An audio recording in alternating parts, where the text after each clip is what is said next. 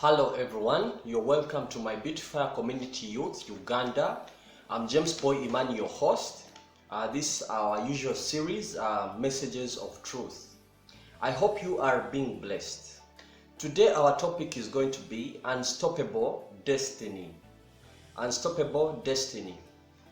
The best way to describe destiny, this is what God desires for your life, what your life is supposed to end up as is defined as destiny. Destiny is highly well defined if it is divine.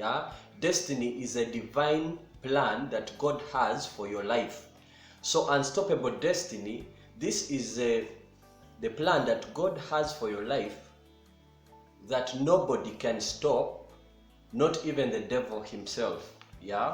So our reading today, our Bible reading will come from Isaiah chapter 55 verse 11, which says, I'm reading from the New King James Version.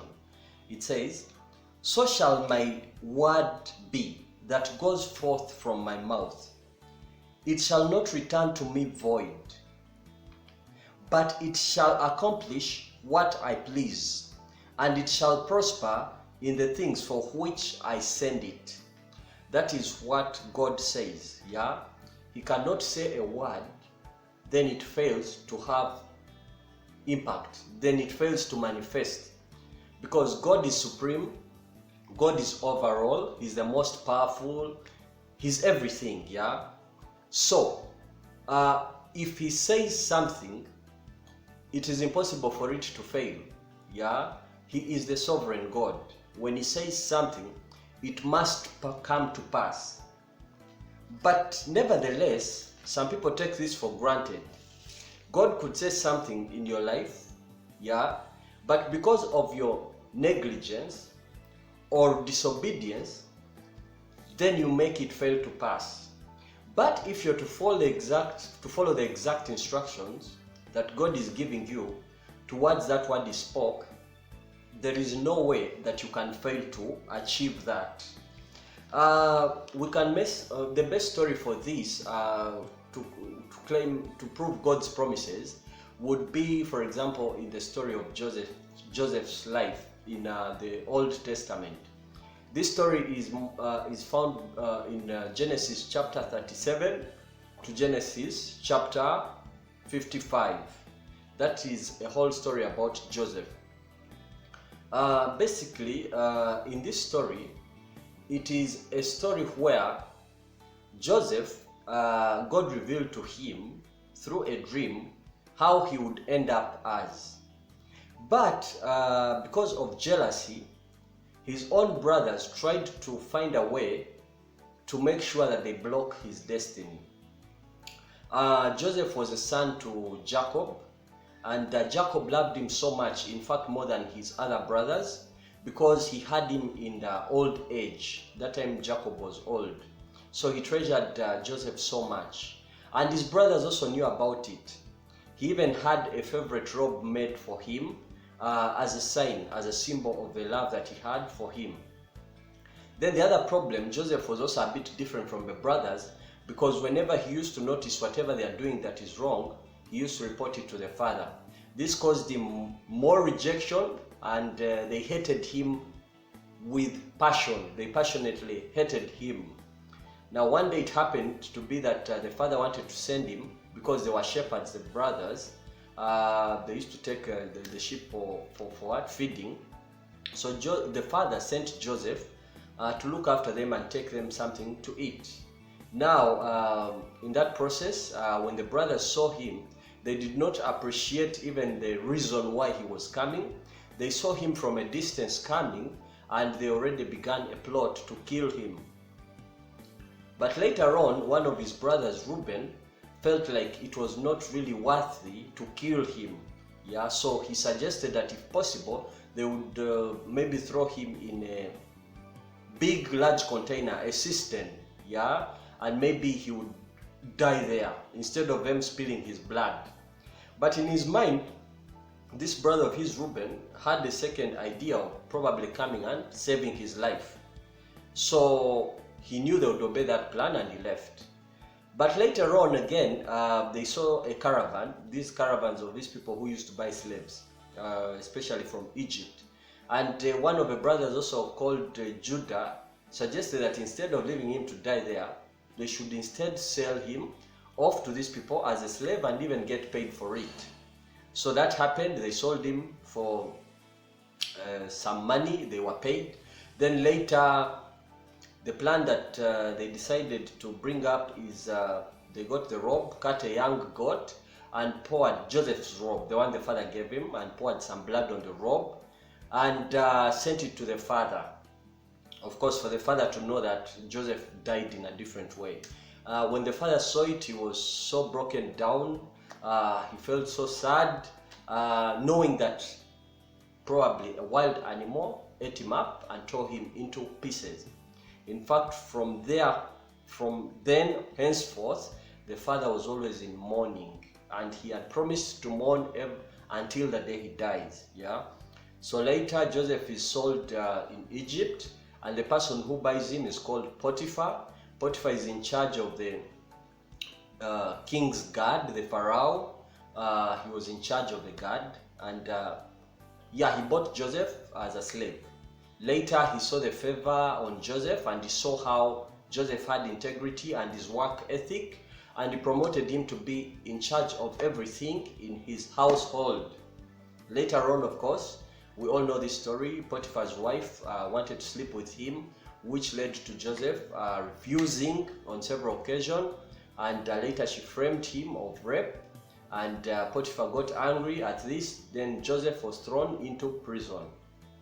In prison, he got favor again, and later he was made to be in charge of the entire prison by the prison guard. One time, two people who used to work for the king, the baker and the cup bearer for the king, came to the prison, and they one time had also a dream, which Joseph was able to interpret. This dream was favorable to the cup bearer, but not good for the baker, because the baker later was put to death, and the cupbearer was restored to his former position of serving the king the cup. Yeah, he was one serving the king the cup. So through the dream that Joseph interpreted, it was accurate, and this cupbearer was restored back to the Pharaoh, and the other one was killed. Later one time it happened that the king also had a dream, and only Joseph was able to interpret this dream with the help of the cupbearer, who remembered that he could. Later, when he interpreted this dream successfully, the king ended up giving him authority to be the second in command in the entire Egypt. Remember, in the beginning, Joseph had a dream that he would be superior to the brothers. He dreamt about even the sun and the moon and 7 stars bowing to him. Then one time he even dreamt about the grains, and all these people, after harvesting their grains, bowed for him. That's the reason that brought even rejection, because they were asking themselves, there's no possibility that he would be superior to us. And that's the main reason they even tried their best to destroy his destiny. But nevertheless, at the end here, you realize Joseph's dream comes true. Though in between there, it took a longer while, and there were many downturns, there are many problems he faced, but still at the end of it all, it happened. God revealed to him that he would be great one day, and now we see here he's second in command in Egypt. So even the enemies and all those people that fought him, whatever they were doing it for him to achieve his destiny, divine destiny. And at the end of it all, by the way, this thing happened. They bowed down to him because it reached a time the whole world was faced with famine. After the 7 years of prosperity in Egypt, came 7 years of famine in the whole world, and all these people from all over the world used to come to buy food from Egypt, including Joseph's own brothers, who came this time, and he was the one in charge to help them. Anyway, we all know this story. At the end, he helped them and even met the father and all these things. He was the greater one, as the dream predicted. So this story shows us one thing. First of all, God said a word. Many things came in later, even the devil fought, but Joseph at the end of it all achieved. But still, nevertheless, you see the reasons that Joseph was promoted to the top is because he possessed the godly qualities. We see a lot of honesty in all these things. He was faithful to God. For example, the reason he went to the prison is because he refused to sleep with his boss's wife. That was integrity, yeah? And as you can see, he always had favor, so he always did the right thing. And it never even used to take long. He was always put in charge of everywhere. Potiphar's house, then secondly, he was put in charge in the prison. Then later he was put in charge of the entire Egypt. So you can see he had God's work ethic, yeah? He was operating his activities using the principles of God, which got him where he was. Otherwise, I believe if Joseph did not follow things or be obedient to what God was commanding him to do, he would not have reached this level. So this is something that actually should be encouraging to us, that if God has spoken something in your life, then there's no reason for us to be scared, yeah, that this will not come to pass. Because if God speaks something, it will happen. Joseph is just one example, but we have so many. We have David, yeah. God said he would be king. He became king, yeah. We have so many of these evidences in the Bible to prove that when God says something, it always comes to pass. Now, when God speaks something to your life, it must come to pass, yeah. This we see in the Bible in many ways. King David, Abraham, the story of the Israelites too. But just because God said it, it doesn't mean it will come to you on a silver platter. You must believe, yeah, work towards the promise. You have to believe and work towards the promise. Now, these are the principles that you must follow in order for your promise to come true. There is faith, there is persistence, there is courage, there is obedience, there is humility, there's honesty, there's forgiveness, there is love. All these qualities, we see them in Joseph. He had faith in God. He believed that what God said will happen, yeah? And he knew even in trouble, God will save him. You see, he did not defend himself when the Potiphar's wife framed him. He kept quiet, but as you can see, God vindicated him later on. Persistence, yeah, willing to go through problems, yeah, but in faith, yeah, believing that God is there. Courage is the heart to move forth, yeah, because you imagine, for example, the courage that Joseph must have had to face off Potiphar's wife and say no, yeah, that is courage, godly courage, to say no. You stand up to something wrong and you tell it no, yeah. Then the obedience. Joseph was obedient, yeah. He respected the master Potiphar. What the master gave him to be in charge of is what he did, yeah. He was always obedient, yeah. He always followed instructions, and most of all, he always followed God's instructions too. Humility, as you can see, Joseph was a humble guy. He was very humble, and I believe due to his humility, it's why he received favor before men. Honesty is another quality you see, because even after that, Joseph was put in charge of the entire Egypt, yeah. You imagine that power to handle the storehouses for the grains and all that, and the foods, and everything was handled well, yeah. That is honesty. Forgiveness, he forgave his own brothers who sold him into slavery. Instead of revenge, he forgave them later on. You remember that story when they came for help in Egypt? But most people would actually have used this opportunity to do revenge, yeah, but he forgave. And all these things are also due to love. Joseph had the heart of love. He loved his brothers, he loved God, and with all these qualities, there's no way that Joseph would not be able to achieve his divine destiny that God had designed for him in the beginning. So, all these qualities illustrated show that it is very possible, yeah, to achieve whatever God said, regardless of the circumstances, as long as you're willing to walk and abide by his instructions, yeah. Now, through this story of Joseph, we learn that no matter what you're going through currently, it does not matter who is standing in your way, Who or what is standing in your way? Yeah? God is willing to separate the sea for you to pass, yeah, and achieve the final promise. In God's time, your dream will turn to a reality. For example, you remember the story of the Israelites? God said, I'm going to rescue you. He set them free after the many plagues, you remember? In the final plague, the Pharaoh released them and told them, you can go. But as they were going, the Pharaoh changed his mind and asked his soldiers and army to pursue after them, yeah, to get them. With the horses and the chariots, and you know how scary it is. But God is telling these people, just move forward. Move forward. But you imagine you continue to move forward, but all you see is a sea. Yeah? There's no other way out. But God says move forward. But because they knew God, the God they served, and the faith they had, they believed, they continue moving.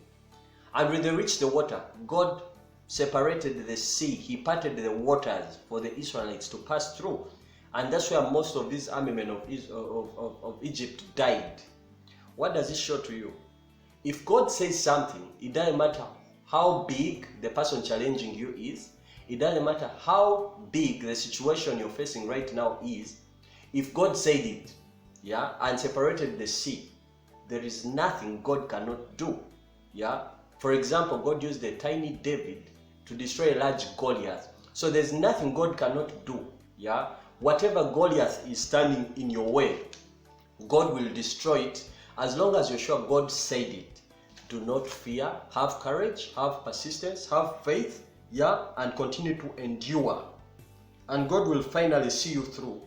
You will see, yeah, you will live to see the promises of God in your life.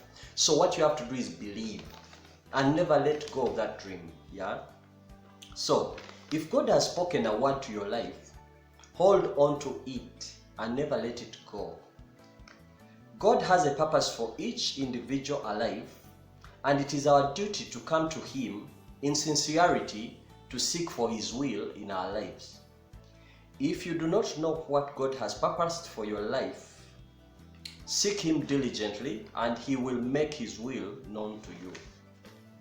Now, God speaks every day, but the biggest problem, we do not hear. We do not hear. Divine destiny, basically I would define it as your purpose. Yeah, your divine destiny is your purpose. The problem we have is that many people would wish God to help them, but they do not know what God desires for their life. Many people alive do not even know their purpose. Some people are up to 50 years old and they do not know why they existed from even the first day. Yeah, people reach, some have realized their purpose, though we know some who have realized their purpose at around 50, 70 and all that. Yeah, or some knew their purpose but they were not putting it into action. They were not pursuing. Yeah, that's also another thing. But again, I would also like to address those people who do not know their purpose. To find purpose, you must first find God. Through God, God will speak to you your purpose. Purpose can come in many ways. It can come through your friends. What the friends say to you, what the strength, yeah, what your friends see in you as your strength. Take time and listen. God could speak through your friends, yeah, about something that you're supposed to do. 5 people cannot tell you the same thing about yourself and they be wrong, yeah? Maybe 5 friends could say maybe you're a talented singer, you should pursue music. That could be God speaking to you. God could speak to you through dreams and visions. God speaks to you through your talents and gifts, yeah? God can even speak to you through your past experiences. So, the most important is to pursue God first, then He will start making His will known to you.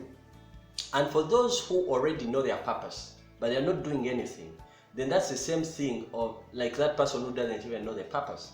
That is actually disobedience.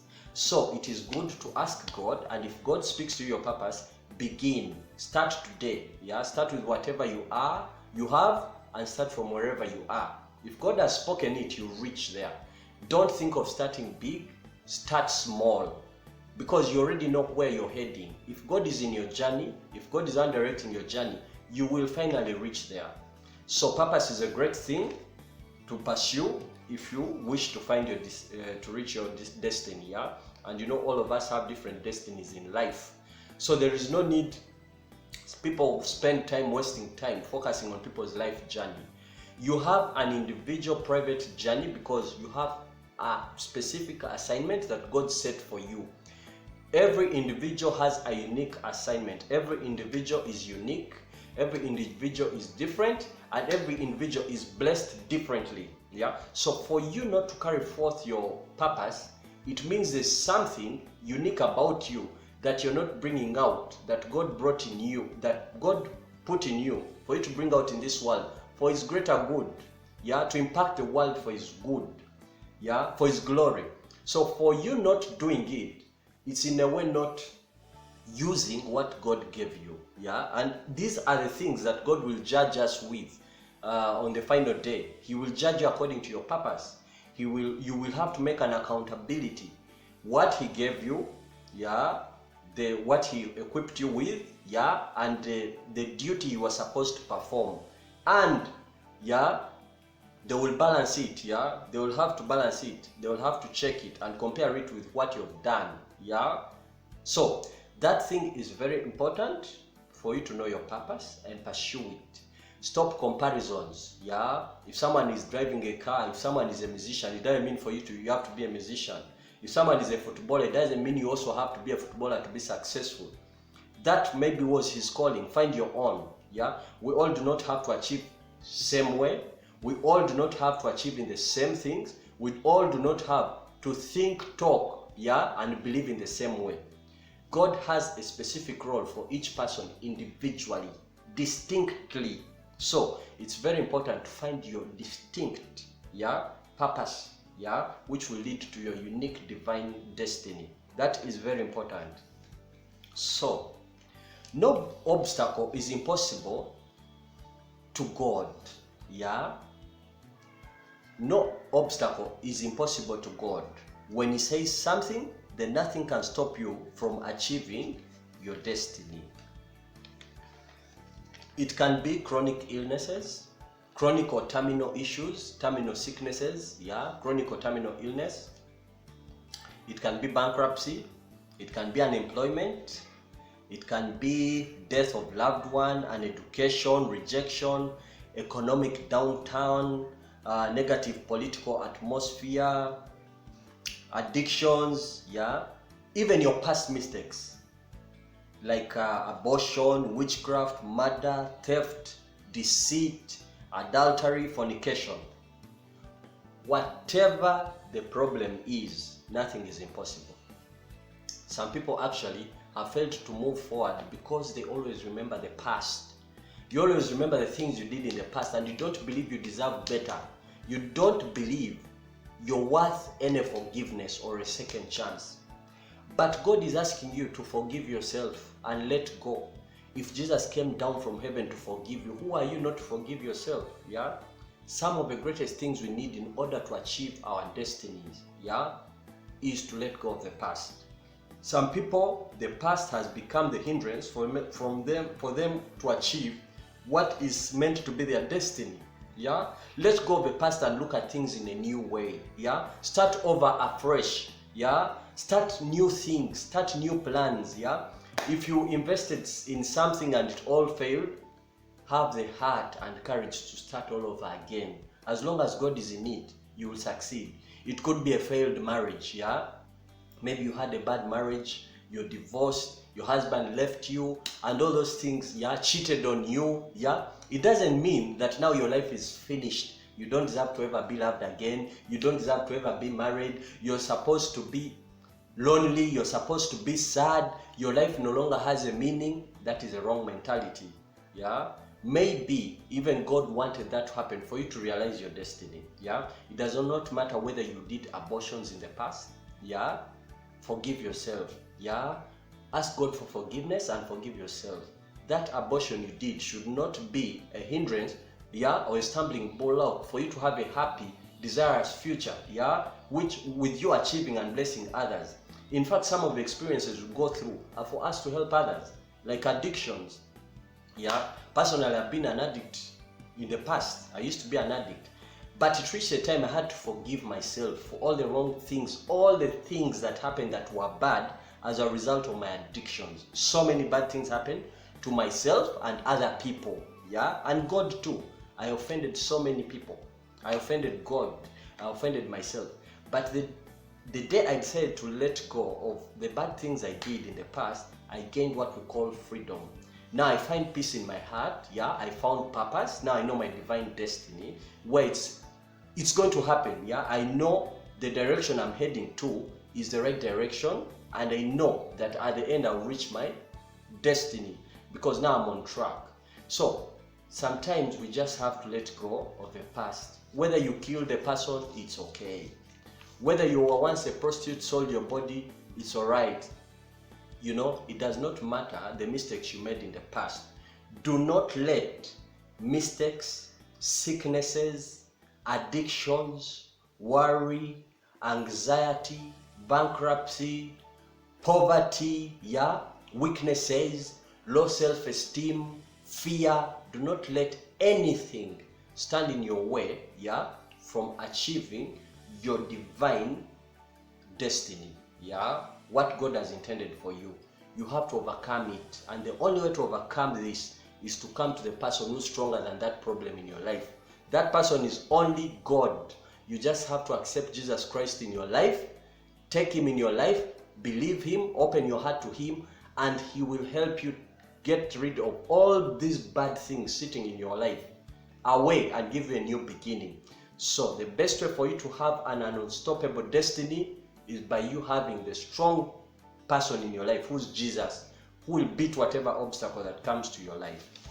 Now, God does not focus on our past mistakes, but looks at our current state of heart and our desire to serve him. If we come to him in a genuine and pure heart, he will always be sure that we are never put to shame. So as we focus on judging ourselves, as we focus on what people say about us, God doesn't focus on the past. God does not look at what we did wrong. He never focuses on judging you. God is focused on your current state of heart. How is your heart right now? Is your heart remorseful for the past? Is your mind different from what you used to think before? So the first and most important thing you must know, if your heart now is different, if right now what you're thinking is different, if you've changed the way you used to do things, then God lets go of the past. He wraps it. God looks at your current heart. If you're a transformed person, that's what God cares. He wants you to have a pure, genuine heart towards him, towards serving him. That's all that matters to God. The past is not relevant to God. So you do not need to stick on the past, judging yourself and feeling you did something wrong. To God, that one is wrapped. What God is considering is your current present life and your future, where you are now and where you think you are going. That's where God cares. So set your heart in the right place. Set your wills and desires to align in God's will, and you're fine with God, and he will never judge you. So our lesson today, before I go to the lesson, my personal testimony, I don't need to say much, but I was once an addict, alcohol, drug addict. I was once put in jail so many times. I faced mob justice. There's a time I used to maybe invest money in foolish things, drinking all the money that you were paid probably at work, and you drink the whole salary. Years pass and there's nothing you've done. You get injuries, you get knocked by cars, accidents, you're robbed, you're stabbed by thieves. All the physical scars, are on my body. Sometimes physical scars, those can never be rubbed, you see them, Then all the people maybe you fought, the people you abused, the people you hurt, Then even those people you fought, you beat, There's a lot of many bad things that I believe I did, But, and it reached a time, everybody signed me out. They said, you know what, that guy will never amount to anything. He was born to be useless. He was born to be an example to the next coming younger generation of the kind of lifestyle you should never try. So, people were saying I was born as an example to be a lesson to community, young people and all that, Even the most useless people that are really useless in community, yeah, that I believe have no future at all. Reached a time they were laughing at me and saying I'm useless. Those people you meet who are toothless in the streets, in the ghettos, drinking the cheapest liquor, used to see me and laugh and say, look at that useless guy. Yet imagine, I actually was a very high qualified person. I've just finished software engineering. I was bright at school. But you see, it reaches a time when the devil is blinding you, when the devil is fighting you. All that no longer matters. He takes you to the lowest level that any man can think. But again, the same God, yeah, who saw you receiving public humiliation is the same God who gives you public lifting. He takes you up publicly, yeah. So I used to be ashamed in public, but at the same time, God also took me back to public, yeah, in the public light to show His glory, yeah. The same drunkards, the same people who used to call me useless are the same people now who actually call me useful, yeah. Now they see worth in me, yeah. Now I'm even called to speak to other addicts. Now people have realized there's a possibility, yeah. There's a possibility. Not every person who's an addict is meant to die useless, because I'm a real testimony that it is possible to overcome and live an addiction-free life, yeah. But my testimony, which maybe other people may not be comfortable with, my testimony is godly, yeah. It wasn't by my power. It wasn't by the power of any psychologist. It wasn't by the power of any pastor. It wasn't by the power of any herbal medicine, because I tried all those things. But it was only by the power of God that I recovered. I just had to sit down and believe that God can heal, yeah. These addictions that I had, something that I started at 13 years, yeah. I was an addict for 15 years, yeah.